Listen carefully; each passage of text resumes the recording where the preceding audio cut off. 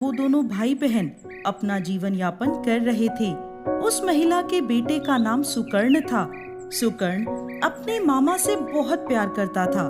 दोनों मामा भांजा एक साथ खाना खाते, एक साथ खेलते और एक साथ सोते थे। वो सभी काम मिलकर करते थे। एक दिन सुकर्ण के मामा को किसी काम से दूसरे देश जाना पड़ा। मामा मामा आप कहाँ जा रहे हो? मामा वापस कब आओगे? बेटा सुकर्ण, मुझे एक जरूरी काम है जिसके लिए मैं दूसरे देश जा रहा हूँ। मामा मामा आप जल्दी आना, मुझे आपकी बहुत याद आएगी मामा। बस बेटा, काम खत्म होते ही मैं तुरंत वापस आ जाऊंगा। ऐसा कहकर सुकर्ण के मामा वहां से चले गए। अब कई दिन बीत गए, लेकिन सुकर्ण के मामा वापस नहीं लौटे। बहुत समय तक माँ को और सुकर्ण को मामा की कोई खबर नहीं मिली, जिस कारण वो दोनों बहुत दुखी रहते थे। सुकर्ण दिन रात मामा के लिए अपनी माँ से पूछता रहता था। माँ मामा कब आएंगे? जल्दी आएंगे बेटा। जब भी सुकर्ण अपने मामा के लिए रोता तो उसकी माँ उसे चुप कराकर कहती, मामा रो मत बेटा, तेरे मामा जल्दी ही वापस आएंगे और देखना, तेरे लिए खूब सारे खिलौने और मिठाइयाँ भी लेकर आएंगे। ऐसे ही बहुत समय बीत गया, लेकिन सुकर्ण के मामा नहीं लौटे। सुकर्ण को मायूस देखकर एक दिन उसकी माँ बोली, बेटा सुकर्ण, उदास मत हो। तुम्हें जो भी बात कहनी हो महादेव से कह सकते हो। ये तुम्हारी हर बात तुम्हारे मामा तक पहुंचा देंगे। फिर क्या था, सुकर्ण को जब भी अपने मामा की याद सताती तो वो शिवलिंग से बातें करने पहुंच जाता। हर समय सुकर्ण शिवलिंग से बातें करता रहता था। ऐसे ही समय बीतता गया और एक दिन सुकर्ण की माँ बहुत बीमार हो गई और बीमारी के चलते वो इतनी ज्यादा कमजोर हो गई कि वो खाना भी नहीं बना सकती थी। ऐसे में दोनों माँ बेटे भूखे प्यासे बैठे थे। सुकर्ण बहुत छोटा था, लेकिन भूख से परेशान होकर वो पास के गांव में खाने की तलाश में निकल पड़ा। चिलचिलाती धूप में नंगे पैर, पसीनों से लथपथ सुकर्ण गांव में खाने की तलाश में घूमता रहा। तभी उसने देखा कि गांव के बीच में एक बड़ा सा पेड़ है, जिसमें कई फल लगे हैं और उस पेड़ के नीचे एक विशाल शिवलिंग रखा था। अब सुकर्ण उस पेड़ से फल तोड़ने की तरकीब सोचने लगा। उसे और कोई रास्ता नहीं दिखा तो वह शिवलिंग पर चढ़ गया और फलों को तोड़ने लगा। सुकर्ण की पसीने की बूंदें शिवलिंग पर गिरने लगी।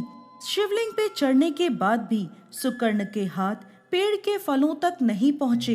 इतने में गांव के कुछ लोग वहां इकट्ठे हो गए और सुकर्ण को डांटने लगे। अरे लड़के, यहाँ तो क्या कर रहा है? अरे अरे ये देखो भाइयों, इस लड़के ने कितना बड़ा अनर्थ कर दिया। मूर्ख बच्चे, तू शिवलिंग पर पैर रख के चढ़ गया। तुझे ऐसा नहीं करना चाहिए था। तूने भोलेनाथ का अनादर किया है। अरे मैं तो कहता हूँ, अब इस बच्चे की वजह से हम सभी को महादेव के क्रोध का भागी बनना पड़ेगा। भोलेनाथ हम सभी से क्रोधित हो जाएंगे।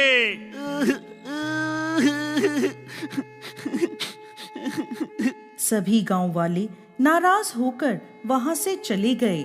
गांव वालों की बात सुनकर सुकर्ण बहुत भयभीत हो गया और डर के मारे रोने लगा और भोलेनाथ से माफी मांगने लगा। मुझे माफ कर दीजिए महादेव, मुझसे गलती हो गई, मुझे माफ कर दीजिए। इतने में महादेव वहां सुकर्ण के सामने प्रकट हो जाते हैं और कहते हैं, रो मत बेटा सुकर्ण, तुमने कुछ गलत नहीं किया। मैं क्रोधित नहीं हूँ, बल्कि तुमसे प्रसन्न हूँ। तुम्हारे शरीर की पसीने की बूंद से मेरा अभिषेक हुआ है। तुम्हारा मन इतना पवित्र है कि मुझे तुम्हारे सामने आना पड़ा। बताओ, तुम्हारी क्या इच्छा है? तुम्हें क्या वरदान चाहिए पुत्र? महादेव, आप मेरी माँ को जल्दी से ठीक कर दो। ये सुनकर महादेव मुस्कुराने लगे और बोले, सुकर्ण, यह तो बहुत छोटी सी बात है। तुम्हें अगर कुछ और भी चाहिए तो मुझसे मांग सकते हो। महादेव, फिर आप मेरे मामा को जल्दी से वापस घर भेज दो। तथास्तु। बेटा सुकर्ण, तुम्हारे मामा बहुत जल्द लौट आएंगे। ये लो, ये फल खा लेना। सुकर्ण फल लेकर दौड़ता दौड़ता अपने घर पहुंचा तो देखता है कि उसकी माँ बिल्कुल ठीक हो गई थी। सुकर्ण ने अपनी माँ को महादेव से मिलने की सारी बात बता दी। माँ, अब सब कुछ ठीक हो जाएगा। मामा जल्दी घर लौट आएंगे, महादेव ने कहा है ये। प्रभु ने इस बालक से ये कैसा वादा कर दिया? ऐसे ही कई दिन बीत गए और एक दिन सुकर्ण, ओ बेटा सुकर्ण, कहाँ हो बेटा, कहाँ हो? सुकर्ण की माँ दौड़ती हुई घर के बाहर आई और भाई को सामने खड़ा देख दंग रह गई। सुकर्ण जाकर अपने मामा से लिपट गया। मामा, मामा, आप कहाँ चले गए थे मामा? अब मैं आपको दोबारा कहीं नहीं जाने दूंगा। मैं आपको कहीं भी नहीं जाने दूंगा मामा। पूरा दिन बीत गया। रात्रि में सुकर्ण के सोने के बाद सुकर्ण की माँ ने अपने भाई के पैर पकड़ लिए और कहने लगी, हे महादेव, आप भगवान भोलेनाथ हैं ना? मैं जानती हूँ कि आप भगवान भोलेनाथ हैं, क्योंकि मेरा भाई तो बहुत पहले ही मर चुका है। हाँ, मैं महादेव हूँ। इस बालक के पवित्र मन से वशीभूत होकर मैं यहाँ चला आया।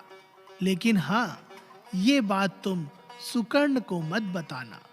अगले दिन जब मामा के वेश में आए भोलेनाथ जाने लगे तो सुकर्ण बोला, मामा, आप फिर जा रहे हो? अब वापस कब आओगे? हाँ भांजे, अब मैं यहाँ समय समय पर आता रहूंगा। इस प्रकार सच्ची भक्ति से सुकर्ण और महादेव के बीच जीवन भर का संबंध बन गया।